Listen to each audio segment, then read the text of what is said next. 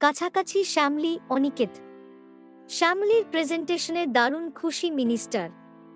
অনিকেতের কাণ্ড দেখে অবাক হল শ্যামলী। জি বাংলার জনপ্রিয় ধারাবাহিক কোন গোপনে মন ভেসেছে। শুরুর থেকেই টিআরপিতে ভালোই ফল করেছে ধারাবাহিকটি। তবে যতদিন এগিয়ে আসছে ততই বাড়ছে ধারাবাহিকের টিআরপি। বর্তমানে নিম ফুলের মধু, ফুলকি এবং জগদ্ধাত্রী পরী রয়েছে কোন গোপনে মন ভেসেছে। সহজ সরল শ্যামলী ইতিমধ্যেই অনেক ভালোবাসা পাচ্ছে দর্শকদের, যার ফলে স্টার জলসার একটি ধারাবাহিকও টেক্কা দিতে পারছে না ধারাবাহিকটিকে। প্রথমে শ্যামলীকে ঠাম্মি আর প্রিয়াঞ্জলি ছাড়া কেউ পছন্দ না করলেও ধীরে ধীরে সকলেরই মন জয় করে নিচ্ছে শ্যামলী। গ্রেট বেঙ্গল ক্যাটারারে আবার নিজের জায়গায় ফিরে পেয়েছে শ্যামলী। তবে ধীরে ধীরে শ্যামলী সকলের মন জয় করলেও জোড়া বাড়িতেই রয়েছে তার সবচেয়ে বড় শত্রু অরুণাভ এবং তৃষা। নানাভাবে তারা চেষ্টা করে যাচ্ছে ব্যবসাটাকে হাত করে নেওয়ার। যদিও সম্প্রতি ধরা পড়ে গেছে অরুণাভর সব চুরি। ইতিমধ্যেই ব্যবসা থেকে বাদ পড়েছে অরুণাভ, যদিও তৃষাকে এখনও তাঁরা রেখে দিয়েছেন ব্যবসায়। এরপর মন্ত্রীর অফিসে কন্ট্রাক্ট পাওয়ার জন্য চলে যায় অনিকেত, সূর্য এবং তৃষা।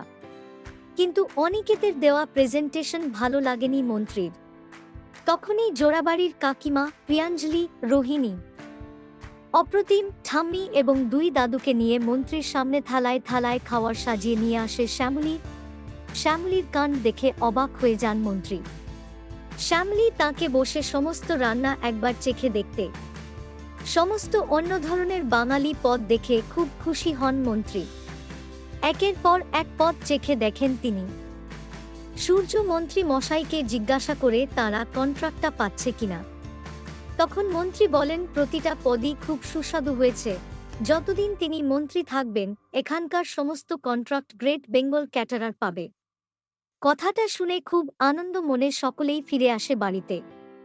সবটা শুনে তৃষা অরুণাভকে মনে যেভাবেই হোক শ্যামলীকে থামাতে হবে, না হলে তাদের সর্বনাশ নিশ্চিত।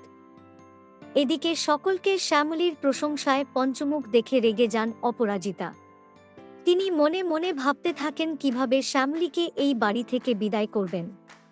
তখন অপালা অপরাজিতাকে বলে অরুণাভকে আবার কাজে ফিরিয়ে নিতে, কিন্তু অপরাজিতা অরুণের পরিকল্পনা ধরে ফেলে বলে তিনি ব্যবসায় কিছু করতে পারবেন না, তবে বাড়িতে শ্যামলীকে নিজের আধিপত্য বিস্তার করতে তিনি দেবেন না। ওদিকে সকলের কথায় শ্যামলীকে ডিনার ডেটে নিয়ে যেতে রাজি হয়ে যায় অনি। অনির কথা শুনে খুব খুশি হয় শ্যামলী। তাহলে কি মনে হয় আপনাদের, এবার কি কাছাকাছি আসবে শ্যামলী আর অনি?